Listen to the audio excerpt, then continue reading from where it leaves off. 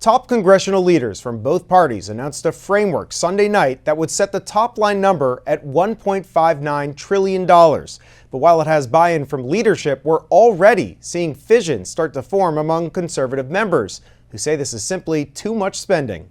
It's even worse than we thought. That was the message from the House Freedom Caucus social media account, blasting the deal as a, quote, total failure. Incoming chairman, Representative Bob Good of Virginia, writing on social media, at some point, having the House majority has to matter. House Speaker Mike Johnson now facing a similar problem as past GOP leaders, trying to avoid a shutdown and a split government while appeasing his more conservative members. In a letter to the full House, Johnson conceded that this will, quote, not satisfy everyone, but argued it does get conservative concessions, including a $10 billion cut to the IRS. Overall, the deal sets the top line number at $1.59 trillion, including $886 billion in defense. Democratic leaders Chuck Schumer and Hakeem Jeffries put out a joint statement applauding the deal, but warned Speaker Mike Johnson about adding any so-called poison pills that could kill the deal. The proposal does not link this budget fight to any policy changes on the southern border, as some Republicans wanted. But over in the Senate, negotiations are underway for a plan that would link border policy with additional Ukraine funding. Republican Senator James Lankford says that they could release the text of that proposal in the coming days. This agreement has to work. Everyone's counting on this actually working,